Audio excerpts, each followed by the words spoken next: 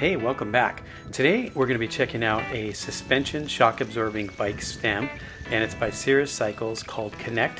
Almost looks like it's a play on words between kinetic and Kinect, but it's a really interesting product that I'm really curious to get into with you and find out, does this thing really work? Does it smooth out the ride and take out shock while you're riding?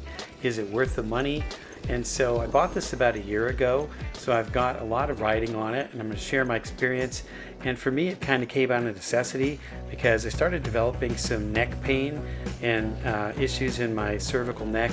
And so I really was looking for something to smooth out the ride. Anyway, if you're new here, welcome. Please consider liking and subbing to the channel. It does help us out. So anyway, let's get into this. And I looked into different suspension options, knowing that I did need something to smooth out my ride. And I went with this one because it really is a true spring shock system and has good reviews. And it didn't do anything funky or outrageous to my bike with the install. So what you need to know is these come in different sizes, and I think you should get what's best or closest to what you have now if you like the way that your current bike is riding. And what I mean by that is they come in different sizes. I got the 105 millimeter by 7 degrees, and so it's very close to my old Specialized stem in angle and length. And my Specialized had all of the measurements on the old stem, so it was really easy for me to look at what I had and choose the right size and the closest thing. And I liked the way the bike rode before, and I love the way it rides now. So all I did was I put this thing on. I didn't have to change any springs or adjustments. It works right out of the box. It does come with 3 different springs, and if you want, you can experiment with the different springs, but I like the medium, which comes with it installed. So I just bolted it on properly and I'm ready to go. So I want to try to explain how this thing feels. You know, it's kind of like the difference between a sporty, stiff riding car and a more plush, luxurious riding vehicle. So if you've ever ridden in a vehicle with a stiff suspension where you kind of feel everything, and then compare that to something that's more plush and takes the bumps out, that's kind of how this feels. I still feel the bumps, but it's taking out the bite and the attack out of most of them. And so I'm just not feeling the shock going up in my arms and my body like before. There's quite a bit of travel in the stem while it's working.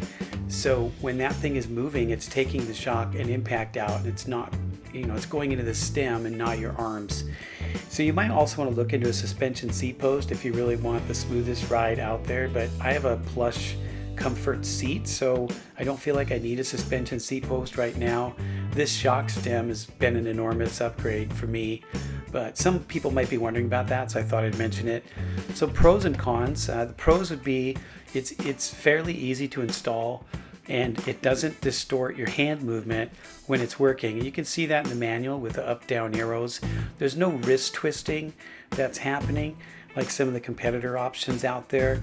It's just an up and down movement thanks to the parallelogram design in the springs, so you kind of retain that true up-down motion. The cons, it is expensive and it adds weight. That's really the big ones. I'm okay with paying for quality and getting results. It does change the look of the bike some, and some people might consider that a con. As far as the weight, almost anything you add onto your bike increases the weight. And I feel like this is far less than frame suspension, or if you had a suspension shock. So I would say it really does work. It's probably the next best thing to suspension fork. If you're looking to smooth out your ride, it's just a great choice. I was pleasantly surprised by just how much this did smooth the ride out. And the best part about it is you're still in control of the ride. I can still feel the road. It's just smoother.